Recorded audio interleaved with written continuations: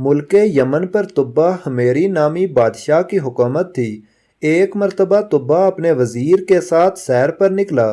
تقریباً 1,13,000 پیدل چلنے والے اور 1,30,000 گھڑ سوار بھی اس کے ہمراہ تھے۔ بس جس شہر میں یہ قافلہ پہنچتا لوگ ہیبت اور تعجب کے مارے بہت عزت و احترام سے پیش آتے تھے۔ اس سفر کے دوران تبا ہر شہر سے 10 علماء منتخب کر کے اپنے قافلے میں شامل کر رہا تھا۔ یوں کئی شہروں کی سیر کے بعد تقریباً 4,000 علماء تبا کے قافلے میں جمع ہو گئے۔ جب یہ قافلہ شہر مکہ پہنچا تو وہاں کے لوگوں نے ان کی ذرا بھی آؤ بھگت نہ کی۔ یہ دیکھ کر تبا کو بہت غصہ آیا۔ اس نے وزیر کو بلا کر اس کی وجہ پوچھی تو وہ بولا، بادشاہ سلامت، یہاں کے لوگ بہت عجیب و غریب ہیں۔ اس شہر میں ایک عمارت ہے جس کا نام کعبہ ہے۔ یہ لوگ اس عمارت میں شیطان اور بتوں کو پوجتے ہیں۔ یہ سب سن کر تبا نے دل ہی دل میں فیصلہ کیا کہ وہ مکے کے آدمیوں کو قتل کر کے عورتوں اور بچوں کو قیدی بنا لے گا اور ساتھ ہی کعبے کو بھی گرا دے گا، اور پھر کعبے کا نام خربہ یعنی ویران جگہ ہو جائے گا۔ خدا کا کرنا یہ ہوا کہ یہ خیال آتے ہی تبا کے سر میں شدید درد شروع ہو گیا، جبکہ اس کی آنکھ، کان، ناک اور منہ سے بدبودار پانی بہنے لگا، جس کی وجہ سے اتنی تکلیف شروع ہو گئی کہ تبا کے پاس ایک لمحہ ٹھہرنا کسی عذاب سے کم نہ تھا۔ وزیر نے طبیبوں سے مشورہ کیا مگر کوئی بھی تبا کا علاج دریافت نہ کر سکا۔ بیماری نے تبا کی نیند اڑا کر رکھ دی تھی کہ اچانک رات کے ایک پہر ایک عالم صاحب وزیر کے پاس آئے اور رازداری سے کہنے لگے، اگر بادشاہ میرے سوال کا سچ سچ جواب دینے کو تیار ہو جائے تو میں اس کا علاج کر سکتا ہوں۔ وزیر نے یہ بات تبا کو بتائی تو وہ فوراً راضی ہو گیا۔ چنانچہ جب عالم صاحب تبا کے پاس پہنچ گئے تو انہوں نے پوچھا، بادشاہ سچ سچ بتاؤ، کعبے کے متعلق تمہارے دل میں کیا بات ہے؟ تبا جو بیماری کی وجہ سے مکمل نڈال تھا فوراً اپنے برے ارادے سے عالم صاحب کو آگاہ کر دیا، جسے سن کر وہ بولے، تمہاری بیماری کی وجہ یہی بری نیت ہے، اس لیے اپنے دل سے برے خیالات نکال دو، اسی میں تمہارا بھلا ہے۔ تبا مرتا کیا نہ کرتا، فوراً برے ارادوں سے تائب ہو گیا اور ابھی عالم صاحب گئے بھی نہ تھے کہ وہ بالکل ٹھیک ہو گیا۔ عالم صاحب کی بات اپنی آنکھوں سے درست ہوتی دیکھ کر تبا رب پر ایمان لے آیا اور دین ابراہیمی پر قائم ہو گیا۔ پھر اس نے کعبے کی تعظیم کے لیے 7 غلاف بھی تیار کروائے۔ اس سے پہلے کبھی کسی نے کعبے پر غلاف نہیں چڑھایا تھا۔ اس کے بعد تبا شہر مکہ کے رہنے والوں کو کعبے کی حفاظت کا حکم دے کر مدینہ شریف کی طرف چل پڑا۔ مدینہ شریف میں ان دنوں آبادی نہ تھی۔ پانی کے ایک چشمے کے علاوہ یہاں زندگی کے کوئی آثار نہیں تھے۔ تبا کے قافلے نے وہاں پہنچ کر اس چشمے کے پاس پڑاؤ ڈالا۔ یہاں قیام کے دوران تقریباً 4,000 علماء کا آپس میں ایک مشورہ ہوا، جس کے بعد ان میں سے 400 علماء نے یہ فیصلہ کیا کہ وہ جب تک زندہ ہیں کسی قیمت پر اس جگہ یعنی مدینہ طیبہ کی سرزمین کو چھوڑ کر نہیں جائیں گے، چاہے تبا انہیں جلا ڈالے یا مار ڈالے۔ تبا کو یہ بات پتہ چلی تو وہ بہت حیران و پریشان ہوا۔ اس نے وجہ معلوم کرنے کے لیے وزیر کو بھیجا تو علماء نے فرمایا، ایک نبی علیہ السلام تشریف لائیں گے جن کا نام محمد ہوگا، ان کی وجہ سے کعبہ اور مدینہ طیبہ کو عزت نصیب ہوگی۔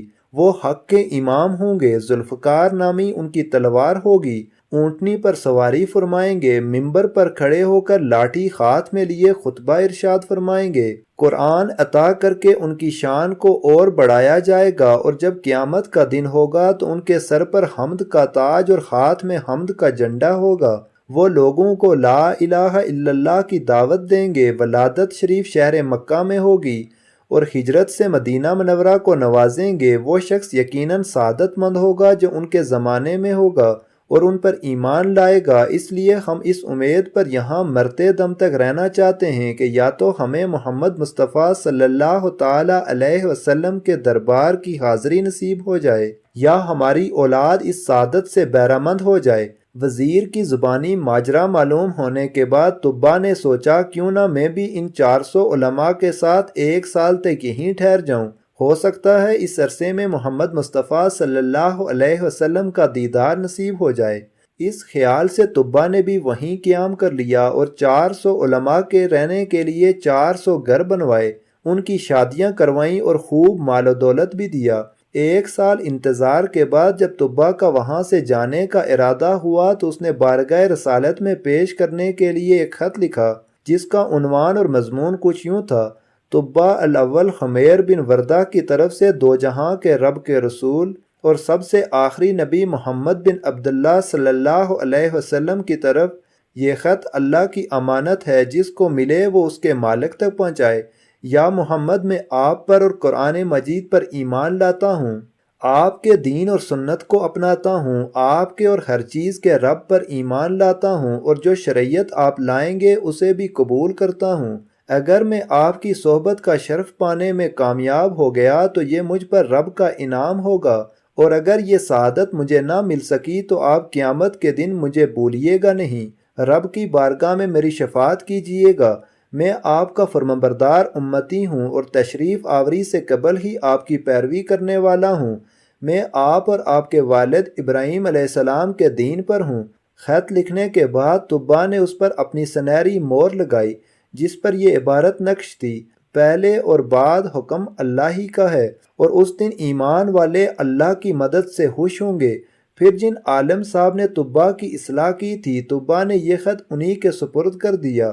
وصیت کی کہ اگر آپ کی محمد مصطفیٰ صلی اللہ علیہ وسلم سے ملاقات ہو تو یہ خط ان تک پہنچائیں، اگر ملاقات نہ ہو تو آپ کی اولاد یا اولاد کی اولاد اس خط کو بحفاظت بارگاہ رسالت میں پہنچائیں۔ اس کے بعد طبا مدینہ منورہ سے شہر غسان چلا گیا اور وہاں اس کا انتقال ہو گیا۔ طبا کے انتقال سے تقریباً 1000 سال بعد مکی مدنی آقا صلی اللہ علیہ وسلم کی ولادت باسعادت ہوئی۔ 53 سال مکہ مکرمہ کو نوازنے کے بعد آقا صلی اللہ علیہ وسلم نے مدینہ منورہ کی طرف ہجرت کرنے کا ارادہ فرمایا۔ اس ہجرت میں مسلمانوں کی مدد کرنے والے مدینہ شریف کے مسلمانوں کو انصار کہا جاتا ہے۔ یہ انصار انہی 400 علماء کی اولاد تھے اور 1000 سال سے نسل در نسل خط کی حفاظ کرتے آ رہے تھے۔ جب انصار کو حضور صلی اللہ علیہ وسلم کی مدینہ تشریف آوری کا ارادہ معلوم ہوا تو ان میں خوشی کی لہر دوڑ گئی۔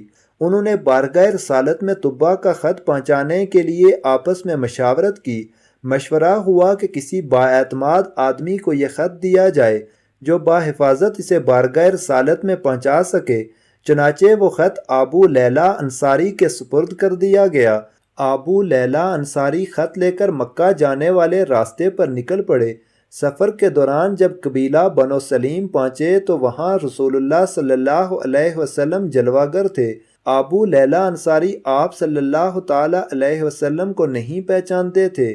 آپ صلی اللہ تعالی علیہ وسلم نے جیسے ہی ابو لیلہ انصاری کو دیکھا تو فرمایا: تم ابو لیلہ ہو؟ عرض کی: جی ہاں۔ یہ سن کر آپ نے پھر ارشاد فرمایا: اور تمہارے پاس یہ طبا الاول کا خط ہے؟ اتنا سننا تھا کہ ابو لیلہ انصاری حیران رہ گئے اور انہیں تعجب ہوا کہ یہ کون شخصیت ہیں جو میرا نام بھی جانتے ہیں اور میرے یہاں آنے کے مقصد سے بھی واقف ہیں۔ اس لیے عرض کی: آپ کون ہیں؟ فرمایا: میں ہی محمد ہوں۔ خط لاؤ۔ یہ سن کر ابو لیلہ انصاری نے اپنا تھیلا کھولا اور طبا بادشاہ کا تقریباً 1000 سال پرانا مہر لگا ہوا خط بارگاہ رسالت میں پیش کر دیا۔ نبی کریم صلی اللہ تعالیٰ علیہ وسلم نے حضرت سیدنا صدیق اکبر رضی اللہ تعالیٰ عنہ کو خط پڑھ کر سنانے کا حکم دیا۔ یہ خط سنا دیا گیا تو آپ صلی اللہ علیہ وسلم نے 3 بار فرمایا، یعنی نیک بھائی کو خوش آمدید، نیک بھائی کو خوش آمدید، نیک بھائی کو خوش آمدید۔ اس کے بعد آپ صلی اللہ تعالیٰ علیہ وآلہ وسلم نے ابو لیلہ انصاری کو مدینہ شریف کی طرف لوٹ جانے کا حکم دے دیا۔ اس کے بعد حضور اکرم صلی اللہ علیہ وآلہ وسلم نے طلع البدر علینا کی صداؤں میں مدینہ کی سرزمین پر قدم رکھ کر اسے ہمیشہ کے لیے مدینہ طیبہ بنایا۔ تو ہر قبیلہ چاہتا تھا کہ آپ صلی اللہ تعالیٰ علیہ وسلم ان کے ہاں قیام فرمائیں، مگر آپ نے فرمایا: میری اونٹنی کو چھوڑ دو، جہاں خدا کا حکم ہوگا وہاں رک جائے گی۔ چنانچہ اونٹنی چلتے چلتے صحابی رسول حضرت سیدنا ابو ایوب انصاری رضی اللہ تعالیٰ عنہ کے گھر کے آگے رک گئی۔ آپ رضی اللہ تعالیٰ عنہ انہی عالم صاحب کی اولاد میں سے تھے جنہوں نے طبا کی اصلاح کی تھی۔ اور آپ کا مکان وہی مکان تھا جو طبہ نے خاص پیارے آقا صلی اللہ علیہ وآلہ وسلم کے لیے بنوایا تھا۔